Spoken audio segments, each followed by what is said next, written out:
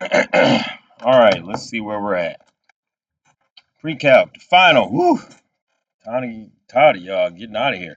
Okay, so let's just start with factoring. Factor, X method. Boom, boom. Okay, that was a little much.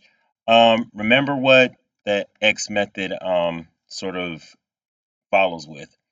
I've got a to the x squared plus bx plus c. And that's what we're using. We're using the coefficients. So if there's no number, it's a 1. -7 and 10. So I'm going to make my x. This is going to be a times c, and this is going to be b. So a is 1, b is 10, so that's, or excuse me, c is 10, so that's 1 times 10, that's 10. And then b is -7.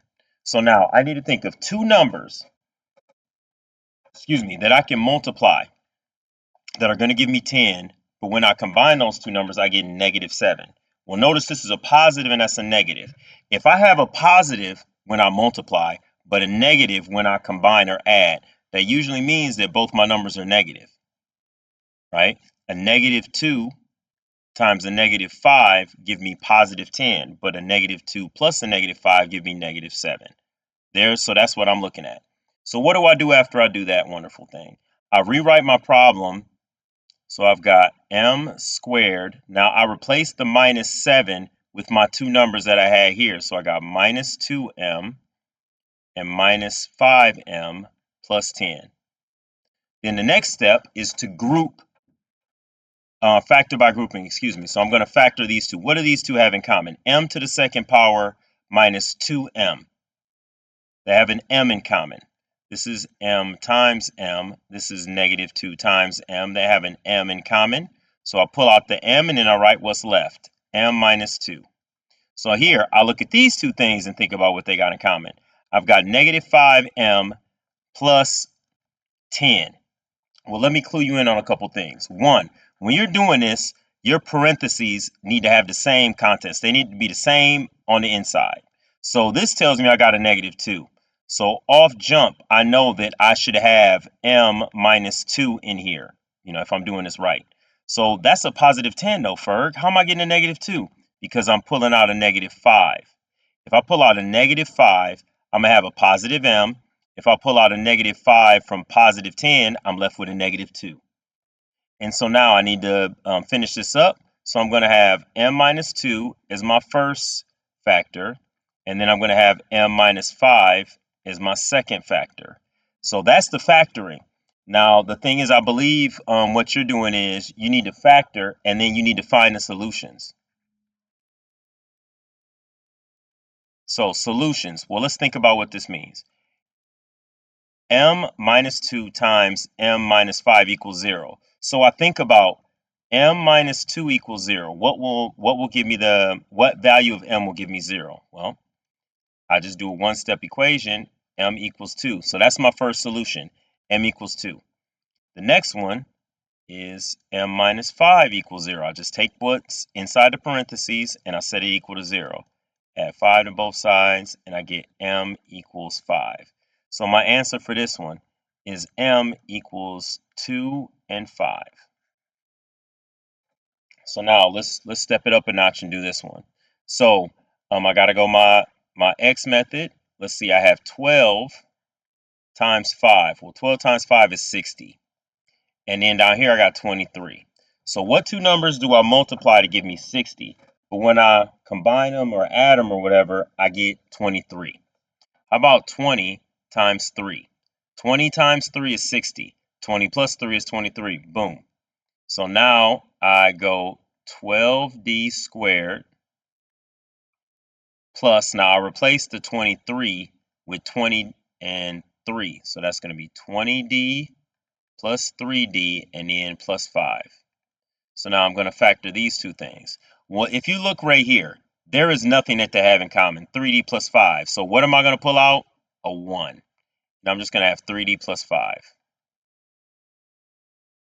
So what happens over here? Well, what do they have in common? I have 12d squared. Let's see. Well, I need to think about getting a 3 on the inside. So let's say that's 3 times 4, right? 3 times 4 times d times d.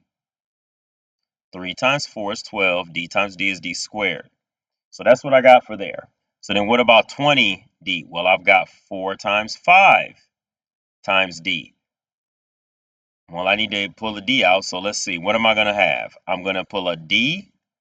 I'm going to pull a 4 out. So I'm going to say 4D. And then what's left? 3D plus 5. So now I rewrite it. I've got 3D plus 5 times 4D plus 1. And now I need to solve these two things. Well, these are a little funky looking. So I got 3D plus 5 equals 0. So I'm going to subtract 5 from both sides. And I'm going to have 3D equals negative 5. And then I'm going to divide by 3. So that's my first answer is D equals negative 5/3. I'm sort of shortcutting it because I was running out of room. So now I got 4D plus 1. I'm going to leave this up and then I'm going to erase it to do the rest of them. Equals 0. So I'm going to subtract 1 from both sides. So now I'm going to have 4D equals negative 1. And then I'm going to divide by 4. And so that's D equals negative 1/4. So those are my two answers. A little ugly with the fractions, but there you go. So I'm not going to pause, but I'm going to not write for a second so you can just look at this, and then I'm going to erase that. And you can always just move back, okay? But that's what we're doing here. Last call, Sabadaba. Let's get this out of here. So it doesn't say find a solution, but I think on your I could have sworn on your review that I wrote, I thought it said find a solution. If it doesn't, I'm probably going to put it, so you want to make sure you know how to find a solution. Come on. All right. So we're going to do C. Maybe I'll do D, and maybe I'll leave C for you. How about that? No, Kira's right. I'll just do them all. Let's just get this over with. I just put Akira because I'm always started talking about Marcus. All right, so I'm looking at this. I'm going to draw my X.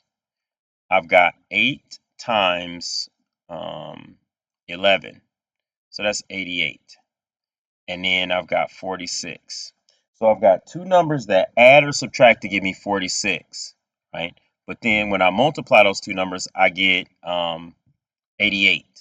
So let's see. 4 times 6, no, 44. 44 times 2, how about that? How about 44 over here and 2 over there? 44 plus 2 is 46. See, that works.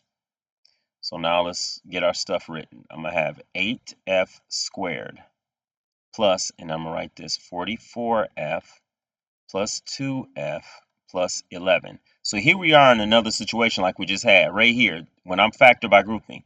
The factor by grouping, I just got to put a 1 out here because these two things have nothing in common. So that lets me know that that's what I'm going to have over here, 2f plus 11, if I did the things right. So let's see if it works. So in order for me to get a 2f out of here, what do I have to pull out? It looks like I have to pull out 4f. If I pull out 4f, this is 8f squared. This is 2 times 4, right, times f times f. So if I pull out a 4f, I'm still left with 2f, which is right there. And then when I got 44f, and I pull out 4f, I'm left with, guess what? Ding, ding, 11. So now I'm going to have 2f plus 1, no, 11, excuse me. And that looks a little suspect. So that times 4f plus 1. And then I solved just like I did before. I got 2f plus 11 equals 0, subtract 11, and I'm going to get 2f equals 11, no, negative 11, and then I divide by 2. So my first answer is negative 11/2. And then this one I do the same thing that I did last time. 4f plus 1 equals 0, negative 1 on both sides. 4f equals negative 1. Then I divide by 4 on both sides, and I get negative 1/4. And that's my answer, those two. So this real quick, this is the only one that has a negative. And where I'm probably going to give you one that's positive and one that has a positive number here and one that has a negative number here. So let's think, what do we got to do? All right, so X method, I've got negative 42. It's important that you keep the sign the same. And then I'm going to have a negative 1. So what two numbers do I combine and get a negative 1? But when I multiply those two numbers, I get a negative 42. That is a negative 7 and a positive 6. That's negative 42. That's negative 1. So that's n squared minus, and I'm going to take minus 7n and then plus 6n minus 42. So now I got to factor by grouping. N squared minus 7n. What do they both have in common? An n. So I'm going to pull out the n, and I'm going to have an n minus 7 left. Right here, I got 6n minus 42. What do they have in common? 6n. No, I'm sorry, 6. Not 6n, sorry. So we're going to say plus 6. So I pull out a 6 and I get n minus 7. So I rewrite n minus 7 times n minus 6. No, n plus 6. And then if I was trying to find solutions, it would just be n equals a positive 7 or a negative 6, because I just took the opposite of what I saw. That's factoring. Don't make it harder than it is, Demetrius. I mean, it's not that bad. And Phil, come on, man. You got this, man. You got it. All right? Leave it up there for a couple more seconds, and I'll erase this to make room for this. All right. So in your notes, you should have the stuff that I wrote on the board. I wrote it on the board about end behavior. We talked about domain. Domain is like I'm saying what numbers I can put into my function and not get an error. That's what I'm trying to do. I'm trying to put stuff in there and not get an error. So what that means when I'm dealing with rational fractions is that I'm looking at the denominator, I'm factoring the denominator, and then I'm looking at what values of the denominator give me 0 in the denominator. So if I take x squared minus 9 and factor it, equals 0, because that's what I'm looking for. I get x plus 3 times x minus 3 equals 0. So what two values make that equal 0? X equals negative 3 and positive 3. But see, my domain is x, or you could, sorry, let me rewrite that. So we're going to say all real numbers except negative 3 and 3. So then what about this one? I do the exact same thing.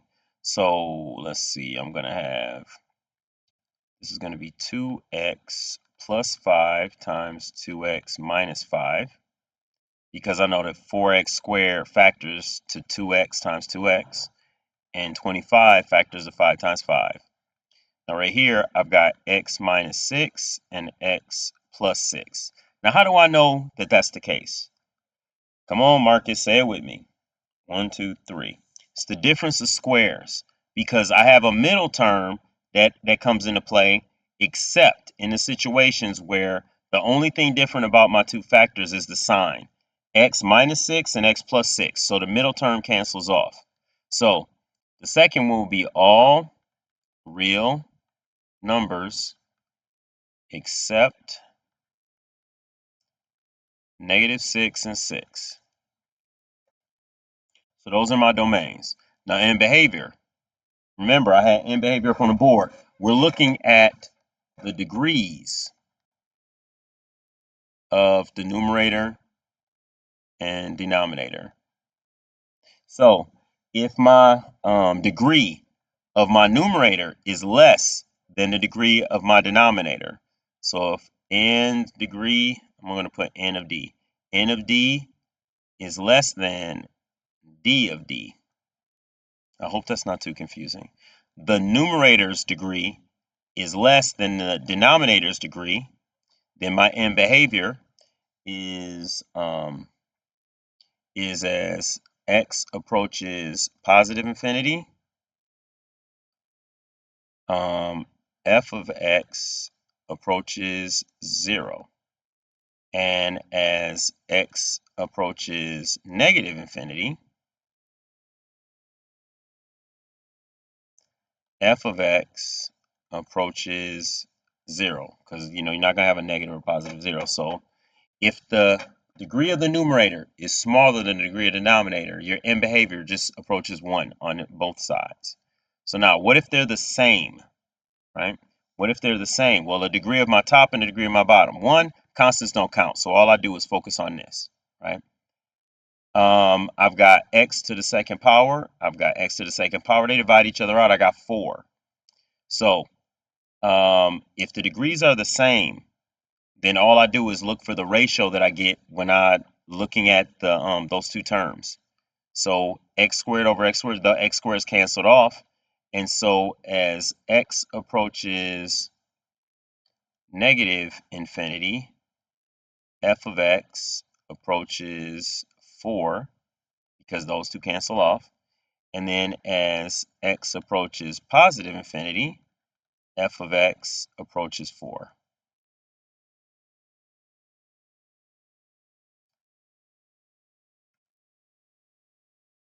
So that's end behavior. So there's another circumstance that if you have the numerator has a higher degree than the denominator, then it just goes to positive or negative infinity. So it goes to infinity. The question is it positive or negative? It kind of depends on the problem. Okay? Kind of depends on the problem, excuse me. Okay, and then finally, state any vertical or horizontal asymptotes. Well, vertical asymptotes, they're kind of easy. Vertical asymptotes just kind of fall in line with the end behavior stuff. So again, I look at degrees of your numerator and your denominator. If the degree of my numerator is less than the degree of my denominator, right, then that means that my vertical asymptote is 0. Not vertical, sorry.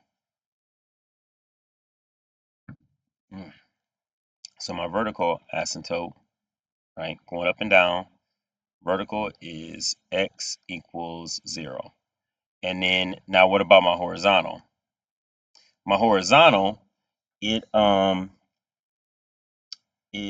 follows the shoot, I messed up. I'm so sorry. Man, I'm really having a brain fart day. So let's try that again. So the vertical asymptote, let's erase all this and talk about the vertical asymptote.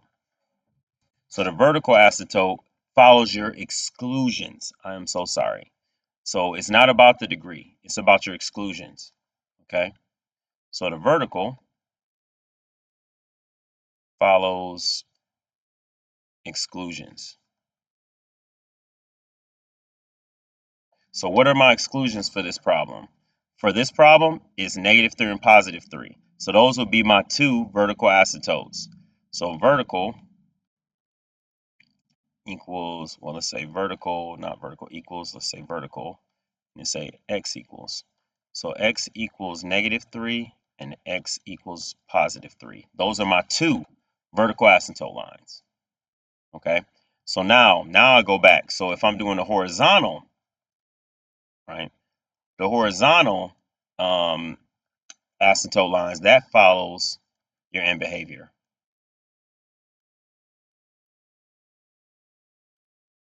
So if I have, in this case, if I have the numerator, the degree of the numerator is less than the degree of the denominator, that gives me y equals 0 for my horizontal asymptote. So let's look at that one. If I look at one where they're the same, right? They're the same. It kind of follows end behavior. So I'm going to just focus on this and then cancel those off, and I'm left with 4. So let me do the vertical asymptote for this first. So the vertical for the problem is x equals 6 and x equals -6. And the horizontal, right, the horizontal follows end behavior, and the end behavior for this is it approaches 4. So that'd be y equals 4. All right, that took me a lot longer than I wanted to, but so I'm just I'm going to try to break this down page by page. So that was the first page. We're going to stop the video and post it. All right.